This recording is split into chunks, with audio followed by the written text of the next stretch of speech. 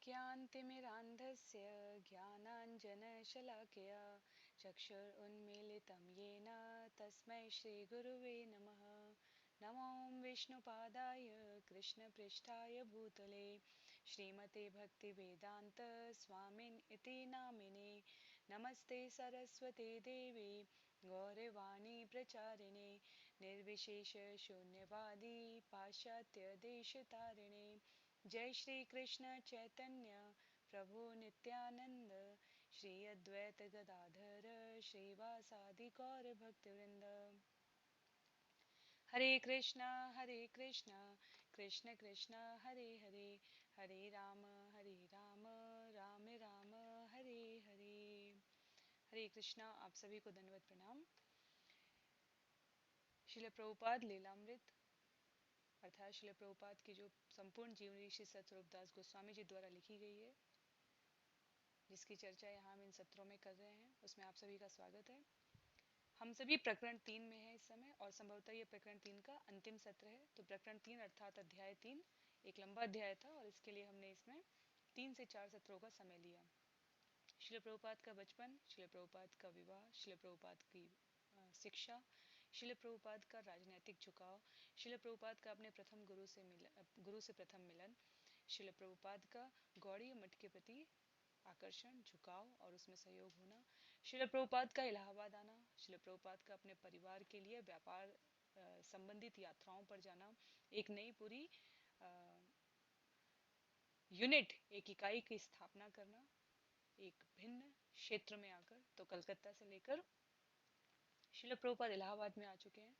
ये सब कुछ हमने पिछले कुछ सत्रों में 8 सत्रों में समझने का प्रयास किया है। तो हम सभी आज सत्र 9 अध्याय 3 में श्रील प्रभुपाद के 3 प्रमुख बिंदु जो इस अध्याय में बचे हैं वो है व्यापार और परिवार में सम्यक सामंजस्य कैसे बनाया श्रील प्रभुपाद ने, इलाहाबाद में गौड़ीय मठ के प्रचार में किस प्रकार सहयोग किया उन्होंने, और पिता गौरमोहन डे का वैकुंठ गमन किस प्रकार उन्होंने स्वयं को संभाला, कैसे उनकी अनुभूति थी। तो ये 3 प्रमुख विषय हैं। जैसा हम सत्रों के आरंभ में करते हैं, प्रत्येक सत्र में 2 खंड रहेंगे। पहले हम इन 3 बिंदुओं को संक्षिप्त में, जो यहाँ पर स्लाइड आपके सामने प्रस्तुत की जाएगी, उसके द्वारा समझेंगे। तत्पश्चात श्री सतरूपदास गोस्वामी जी की जो रचित पुस्तक है उसके द्वारा पंक्ति दर पंक्ति हम इस विषय को पढ़ेंगे, परस्पर समझने का प्रयास करेंगे। तो व्यापार और परिवार में सम्यक सामंजस्य।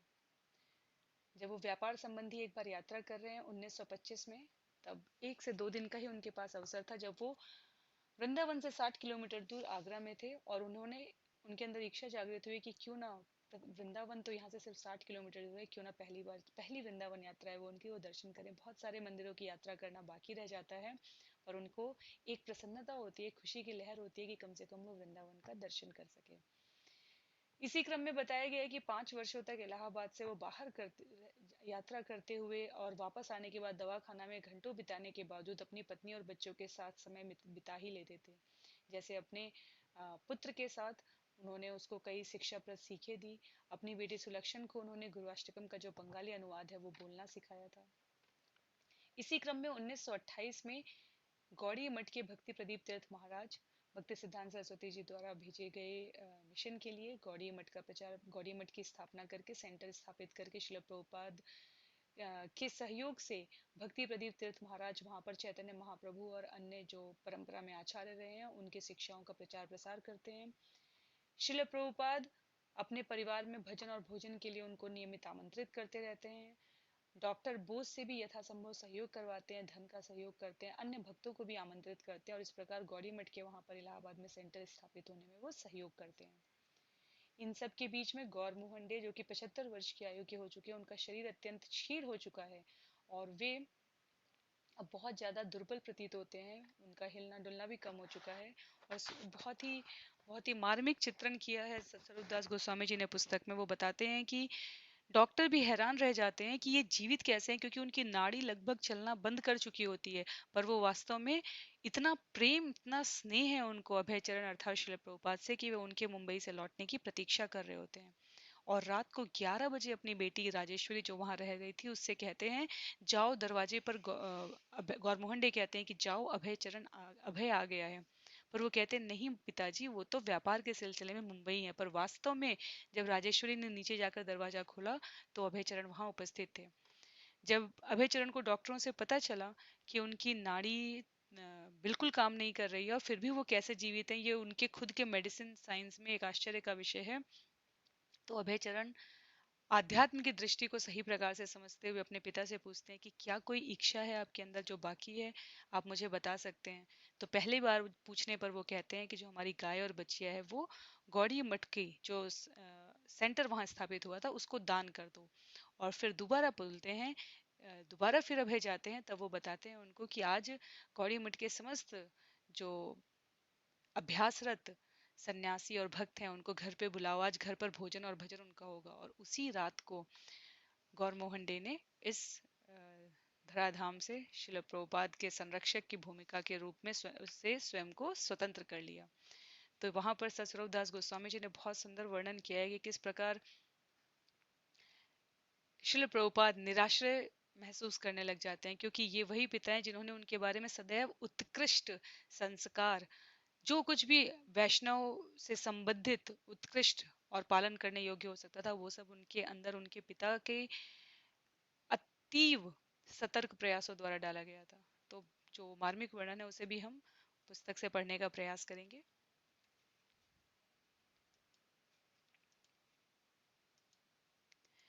जहाँ हमने अंतिम पिछले सत्र में जो हमने अंतिम जहाँ पर समाप्त किया था वहां पर यह था कि किस प्रकार इस व्यवसाय में रहते हुए भी श्रील प्रभुपाद पूर्णतः स्पष्ट थे कि किसी दवाई से, किसी भी प्रकार के संसाधन से आप तभी तक बचा पाएंगे। डॉक्टरी पेशा में होने के बाद जो अंतिम पैराग्राफ था हम लोग वहीं से आरंभ करेंगे और तत्पश्चात हम आगे बढ़ेंगे। आप तभी तक बचा सकते हैं जब तक भगवान की उस योजना में सहमति होती है। तो डॉक्टरी पेशा के लोगों से ऐसे विवरण सुनकर अभय को विश्वास हो गया कि भगवान की इच्छा के बिना किसी को नहीं बचाया जा सकता। ऐसा नहीं है कि दवाएं बेचने को वे जनहितैषी कार्य मानते हो। भक्ति सिद्धांत सरस्वती ने उनके मन में विश्वास जमा दिया था कि किसी व्यक्ति को बचाने का सर्वोत्तम उपाय उसे कृष्ण भावनामृत देना है। अभय की दवाइयां तो केवल व्यवसाय के लिए थी। सन 1925 ईस्वी की बात है। एक व्यावसायिक यात्रा में वे आगरा होकर निकले, जो वृंदावन से केवल 60 किलोमीटर दूर है। इस अवसर से लाभ उठाकर उन्होंने पवित्र वृंदावन की प्रथम तीर्थ यात्रा की और इस प्रकार अपने बचपन की अभिलाषा पूरी की। वृंदावन के दर्शन से उन्हें प्रसन्नता हुई, लेकिन वहां वे केवल एक दो दिन ही रह सके। विक्रय कार्य से एक दिन भी अलग रहना उनके लिए कठिन था। श्रद्धालु तीर्थयात्री के रूप में अभय ने कुछ मंदिरों के दर्शन किए, विशेषकर उन मुख्य मंदिरों के जो चैतन्य महाप्रभु के अनुयायियों ने स्थापित किए थे। लेकिन उन्हें आगे बढ़ जाना पड़ा। यात्रा में खतरे भी थे। एक बार वे मथुरा स्टेशन पर गाड़ी के डिब्बे में बैठे थे कि अचानक एक बंदर घुसा और उनका सब सामान उठा ले गया। एक दिन बड़े सवेरे दो पहियों वाली एक घोड़ा गाड़ी में वे कानपुर जा रहे थे। घोड़ा बड़ी तेजी से भाग रहा था। अकस्मात सड़क के बीच में पड़े कूड़े के ढेर से वह टकरा गया। घोड़ा गाड़ी उलट गई। घोड़ा, ड्राइवर और गाड़ी सभी उस ढेर पर जा गिरे। अभय हवा में उछाल खा गए, लेकिन जब वे जमीन पर आए उन्हें कोई चोट नहीं लगी। उन्हें ऐसा लगा मानो वे एक सीट से दूसरी सीट पर बैठ गए हों। चूंकि वे चुपचाप बैठे थे और कुछ बोले नहीं, इसलिए ड्राइवर ने समझा कि वे बेहोश हो गए हैं और वह चिंता में पड़ गया। लेकिन वे बिल्कुल ठीक थे। ड्राइवर ने इसे एक आश्चर्य ही माना, क्योंकि गाड़ी से वे बहुत जोर से फेंके गए थे। अभय का विचार था कि उन्हें कृष्ण भगवान ने बचा लिया है। उन्हें इस तरह की अन्य घटनाएं याद आई। एक घटना बचपन की थी, जब उनके कपड़ों में आग लग गई थी। कृष्ण भगवान ने हमेशा उनकी रक्षा की थी। अभय 5 वर्ष तक इलाहाबाद से बाहर लंबी यात्राएं करते रहे और जब वे घर आते तो घंटों दवाखाने में बिताते, लेकिन वे पत्नी को भी समय देते और बच्चों के साथ खेलते। श्रील प्रभुपाद स्मरण करते हैं, जब मेरा लड़का लगभग 2 साल का था तब वह बहुत चंचल था। वह कोई न कोई शरारत करता ही रहता। मेरे मित्र मेरे घर आते और बच्चे को पाचा कहकर बुलाते। पाचा, अगर तुम 1 मिनट तक शांत बैठो तो मैं तुम्हें एक भेंट दूंगा। लेकिन बच्चा ऐसा ना कर पाता। वह 1 मिनट के लिए भी शांत नहीं रह सकता था। घर में एक टेबल फैन था और पाचा उसे छूना चाहता था। मैंने कहा, नहीं नहीं, उसे मत छुओ। लेकिन उसने उसे छूने की फिर कोशिश की, इसलिए मेरे मित्र ने कहा, फैन की गति धीमी कर दो और उसे छूने दो। तब मैंने प्लग निकाल दिया और उसने पंखे को छू लिया। उसे क्षति नहीं पहुंची, लेकिन वह उसकी उंगली से टकराया और जोर की आवाज पैदा हुई, टूं। उसके बाद उसने उसे नहीं छुआ। मैं छूने को कहता फिर भी वह न छूता। जो ही उनकी बेटी सुलक्ष्मण बोलने लगी, वे उसे गुरु अष्टकम प्रार्थना का बंगाली अनुवाद सिखाने लगे। उसका आरंभ है, आध्यात्मिक गुरु दया के सागर से आशीर्वचन प्राप्त कर रहे हैं।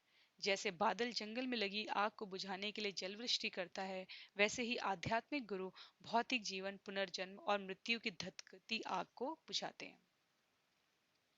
अनिवार्य यात्राओं को छोड़कर अभय घर पर रहते और अपने परिवार को संतुष्ट रखते। अपने धंधे में वे परिश्रम पूर्वक लगे रहे और वह उन्नति करता गया।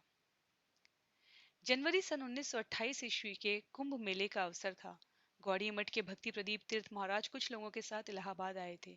एक दिन वे सब बिना सूचना के प्रयाग फार्मेसी जा पहुंचे और अभय ने उन सबको अचानक इतने सालों बाद पुनः देखा।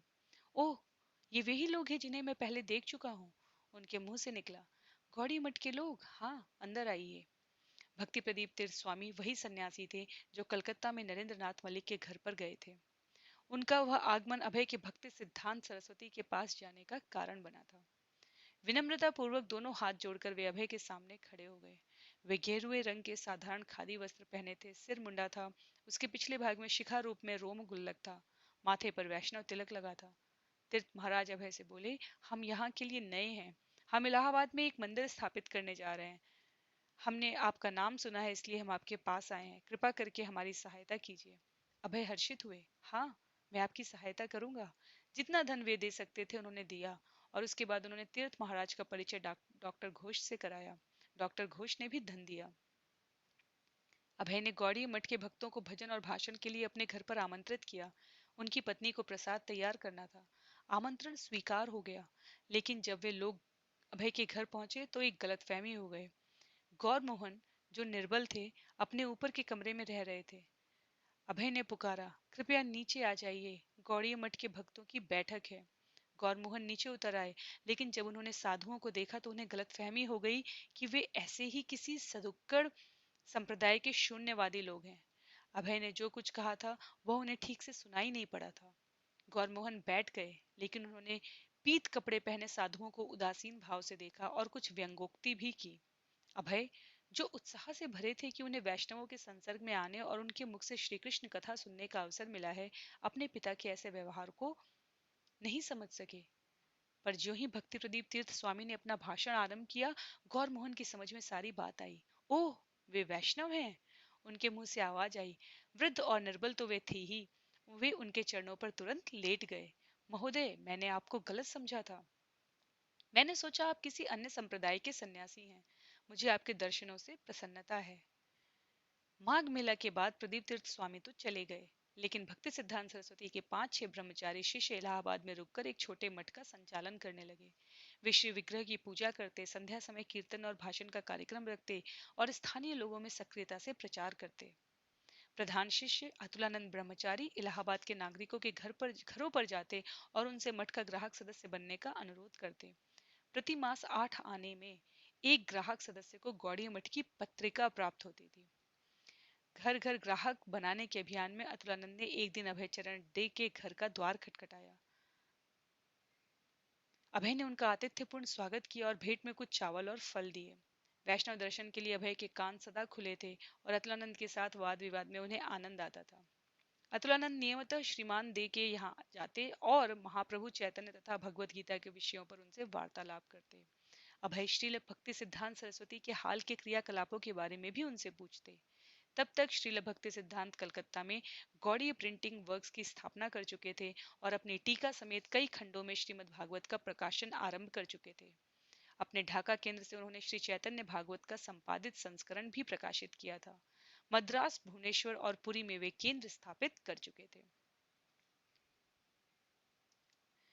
तो इस प्रकार से जो गौड़ीय मठ से कुछ समय के लिए व्यापार संबंधित कथित दूरी हो गई थी और उन्हें अपने गुरु महाराज श्रील भक्ति सिद्धांत सरस्वती जी के कार्यक्रमों का, गतिविधियों का जो जानकारी प्राप्त करने का अवसर नहीं प्राप्त हो पा रहा था, वो इलाहाबाद में वो मठ स्थापित हो जाने से उनको नियमितः निश्चित रूप से कहाँ क्या चल रहा है उसकी जानकारी प्राप्त होने लगी। अभय की जिज्ञासा का अंत नहीं था। अतुलानंद ने उन्हें बताया कि श्रील भक्ति सिद्धांत सरस्वती ने किस प्रकार 1925 ईस्वी में एक बड़ा जुलूस निकाला था, जिसने नवद्वीप की पवित्र भूमि की परिक्रमा की थी और जिसमें खूब सजे हुए हाथियों पर श्री विग्रह विराजमान थे और जिसमें भारत के सभी भागों से आए हुए भक्त शामिल हुए थे। ईर्ष्यालु पेशेवर पुरोहितों ने, जो श्रील भक्ति सिद्धांत द्वारा सभी जातियों से शिष्य स्वीकार किए जाने के विरोधी थे, जुलूस पर ईंटें और पत्थर बरसाने के लिए बदमाश लगा रखे थे। लेकिन भक्ति सिद्धांत निडर होकर जुलूस आगे बढ़ाते गए थे। 1926 ईस्वी में भगवान चैतन्य के संदेश का प्रचार करने के लिए वे पूरे देश में घूम आए थे। मायापुर में श्री चैतन्य मठ के विशाल मंदिर में वे श्री विग्रहों की स्थापना भी कर चुके थे।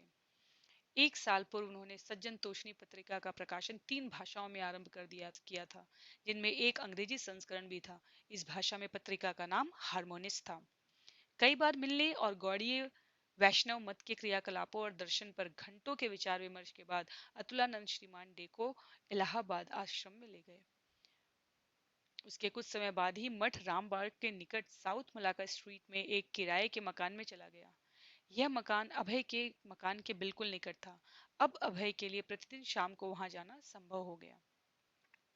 काम के बाद वे मठ पर जाते, जहां वे मृदंग बजाते और इस कला में अपनी दक्षता से ब्रह्मचारियों को चमत्कृत कर देते। तो कहने के लिए जो मठ के ब्रह्मचारी थे उनके लिए वो एक व्यावसायिक थे, पर उनके पिता की, श्रील प्रभुपाद के पिता गौरमोहन डे की शिक्षाओं का और दूरदर्शिता का प्रभाव था कि उनकी मृदंग कला से जो मठ के ब्रह्मचारी थे वे भी आश्चर्यचकित हो जाते थे। और इस प्रकार श्रील प्रभुपाद की नियमित चर्या बन गई कि कार्य के पश्चात वो मठ पर जाने लगे। उनके साथ वे भजन गाते और कभी कभी सामूहिक गान में नेतृत्व करते। वे इलाहाबाद के प्रसिद्ध व्यक्तियों को भी मठ में ले आते। ब्रह्मचारियों के लिए अभय के कारण उनके आश्रम में नया जीवन आ गया था और अभय में भक्ति सिद्धांत सरस्वती के शिष्यों से पुनः मिलाप होने से नया जीवन आ गया था। सन 1930 ईस्वी में गौर मोहन डे का स्वास्थ्य गिर गया और उनके परिवार के सदस्य यह सोचकर उनके पास इकट्ठे होने लगे कि उनका अंत समय निकट आ गया है। अभय काम से बंबई गए हुए थे। जब वे इलाहाबाद लौटे तो देर हो चुकी थी। उन्होंने दरवाजा खटखटाया। गौरमोहन ने अपनी लड़की राजेश्वरी से कहा, दरवाजा खोलो, अभय आ गया है। राजेश्वरी बोली, नहीं, वे मुंबई में हैं। गौरमोहन ने दोहराया, मैं कहता हूँ वह आ गया है, तुम दरवाजा खोलो। करीब आधी रात का समय था। राजेश्वरी नीचे गई और उसने दरवाजा खोला और देखा कि उसके भाई सचमुच आ गए हैं। अभय अपने पिता के पास पहुंचे और पूछा, आप कैसे हैं? गौरमोहन ने उत्तर दिया, मैं ठीक हूँ, रात में तुम विश्राम करो। अगले दिन सवेरे अभय ने डॉक्टर बुलाया। डॉक्टर बोला, आपके पिताजी जीवित कैसे रहे हैं मेरी समझ में नहीं आता। उनकी नाड़ी लगभग बंद हो चुकी है। कई महीनों से वे बिना खाए जी रहे हैं। अभय ने पिता से पूछा, आपकी इच्छा क्या है, मुझे बताइए। ऐसे क्यों पूछ रहे हो? पिता ने उत्तर दिया, क्या डॉक्टर ने तुमसे कुछ कहा है? अभय ने कहा, नहीं, मैं इसलिए पूछ रहा हूँ कि मैं मुंबई में रुका हूँ और आप यहाँ हैं। इसलिए आपकी यदि कोई इच्छा हो, कोई आकांक्षा हो तो मुझे बताएं। मैं यहाँ हूँ, मैं यहाँ आपके लिए हूँ। गौरमोहन ने कहा कि अपनी गाय इलाहाबाद गौड़िया मठ को दे दो। अस्तु। अभय गाय को उसके बछड़े सहित ले गए और उन्हें मठ को दान कर दिया। तब उन्होंने अपने पिताजी से पूछा, आपकी और कोई अभिलाषा है? और उनके पिता ने फिर पूछा, क्या डॉक्टर ने तुमसे कुछ कहा है? नहीं नहीं, मैं केवल इसलिए पूछ रहा हूँ कि मुझे अपने काम पर जाना है। तब गौरमोहन ने कहा, इलाहाबाद के सभी गौड़ीय वैष्णवों को और अन्य वैष्णवों को भी आमंत्रित करो। वे शाम को हरिनाम का गान करें और तुम उन्हें अच्छा भोजन कराओ। यही मेरी इच्छा है। अभय ने वैसा ही किया और संध्या समय हरिनाम आरंभ हुआ। 11 बजे प्रसाद ग्रहण करके सब चले गए। उसी रात गौरमोहन का देहावसान हो गया। अभय को अपने पिता की मृत्यु से बड़ा दुख हुआ। पिता ने उन्हें वह सब कुछ दिया था जो वे चाहते थे। विशुद्ध वैष्णव के रूप में उन्हें पालकर बड़ा किया था और वे सदैव श्री राधा और कृष्ण की पूजा करते रहे थे। यद्यपि अभय बहुत योग्य नवयुवक थे, तथापि अपने सबसे प्रिय संरक्षक और मित्र का अभाव उन्हें बहुत खला। वास्तव में श्रील प्रभुपाद के पिता की अभी जो छवि चित्रण यहाँ पर श्री सतस्वरूप दास गोस्वामी जी करते हैं, वो एक पिता और पुत्र के उत्कृष्ट संबंधों को दर्शाता है। दिखाता है कि किस प्रकार से गौर मोहन ने पिता और मित्र दोनों की भूमिका को इतनी कुशलता पूर्वक निर्वहन किया था कि उन्होंने अभय को कभी किसी कार्य से मना ना करते हुए भी कौन सा कार्य वैष्णव सदाचार में है और कौन सा उससे इतर जा सकता है परिणाम रूप में, इसका भली भांति अंतर करना स्पष्ट कराया था। तो इसलिए आज जब शरीर रूप से गौरमोहन डे उनके जीवन में नहीं थे तो उन्हें निश्चित रूप से एक जो इतने सुलझे हुए संरक्षक थे उनका अभाव अत्यंत खल रहा था। तो यहाँ पर अगले 1 से 2 पृष्ठ में ये जो वर्णन है ये वास्तव में ये दिखाता है कि कई बार वैष्णवों को, कई बार भक्तों को, कई बार श्रील प्रभुपाद के अनुयायियों को, कई बार अंतर्राष्ट्रीय कृष्ण भावनामृत संघ के नाम पर इस प्रकार का प्रचार भी किया जाता है कि ये संस्था, ये पूरा संगठन लोगों को पारिवारिक जिम्मेदारियों से विमुख कराता है और उसमें रुचि नहीं देने की बात करता है। ये बिल्कुल सर्वथा असत्य है। श्रील प्रभुपाद स्वयं यहाँ पर जो चित्रण है, यदि यदि अभी हम उसको पढ़ेंगे तो हमें भली भांति ये समझ में आ जाएगा कि कितना वात्सल्यपूर्ण संबंध रहा है स्वयं श्रील प्रभुपाद का एक पुत्र के रूप में और एक पिता के रूप में। समस्त जिम्मेदारियों का, जो भौतिक जगत की जिम्मेदारियां हैं, उनको कर्तव्य उत्तरदायित्व के रूप में निर्वहन करते हुए भगवान को कैसे जीवन में धारण करना होता है, केंद्र में रखना होता है, ये हमें यहाँ इस प्रकार के जब भी वार्ताएं आएंगी तो समझने का अवसर प्राप्त होगा।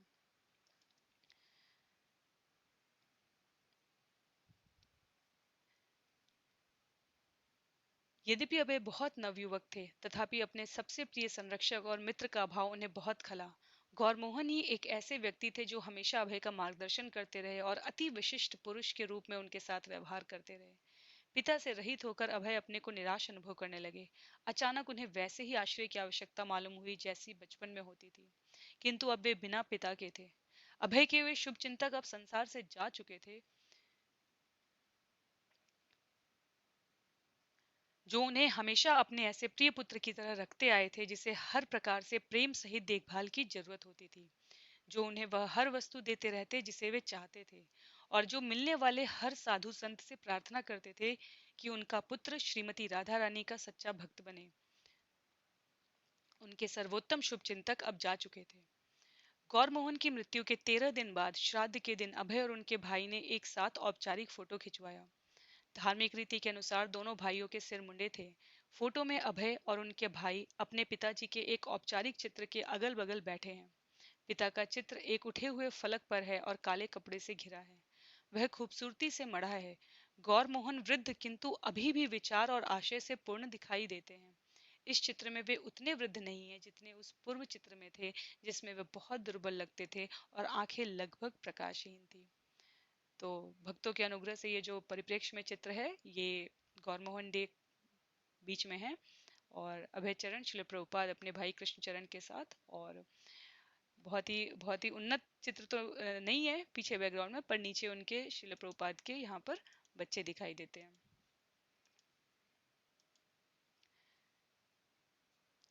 मुंडित सिर अभय संन्यस्त भिक्षु प्रतीत होते हैं। उनका शरीर चौड़ी परतों में मुड़े भिक्षु के साधारण परिधान से ऊपर से नीचे तक आच्छादित है।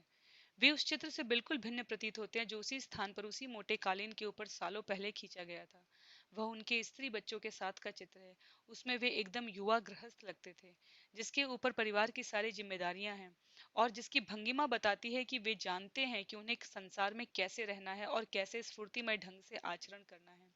लेकिन इस चित्र में, जिसमें यद्यपि बच्चे भी हैं जो जमीन पर उपेक्षित बैठे हैं, अभय का बायां हाथ अपने घुटने पर है, अच्छी तरह रखा हुआ किंतु विश्राम की हालत में, जबकि पहले चित्र में उनका बायां हाथ उनके चंचल पुत्र को पकड़े हुए है। अभय की पत्नी मौजूद नहीं है। इस चित्र में अभय विस्मयोत्पादक लगते हैं। कोई नहीं कह सकता कि सामान्यतः वे सिर पर बाल और मूछ रखते हैं, जिसे उन्होंने पिता के देहावसान के शोकपूर्ण अवसर पर अभी मुंडा दिया है। प्रत्युतः यह उनका स्वाभाविक रूप लगता है। उनके आसपास एक रहस्यमय आध्यात्मिक आभा है, जैसे कि एक साधनारत तपस्वी से अपेक्षा की जाती है। उनकी आकृति से न तो आकुलता जाहिर होती है, न प्रसन्नता और न दुख। वे शांत और परिचित लगते हैं, मानो पिता के निधन के दिन वे अचानक साधु हो गए थे। वे उसी तरह के साधु प्रतीत होते हैं जिस तरह की कल्पना उनके पिता ने उनके बारे में की थी। वे ऐसे दिखाई देते हैं मानो वे एक साधु हैं और हमेशा रहे हैं, और आज के दिन उनका वह रूप अचानक उद्घाटित हो गया है। फोटो को बहुत ही सरसरी दृष्टि से देखने पर भी प्रतीत होता है कि सिर मुंडाकर और कमीज जूते बिना पीत वस्त्र धारण कर अभय साधु बन गए हैं।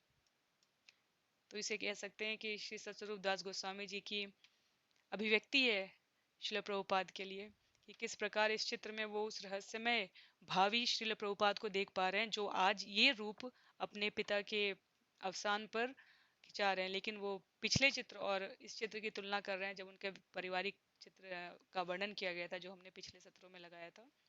तो इसी के साथ आज का ये सत्र यहाँ पर समाप्त होता है।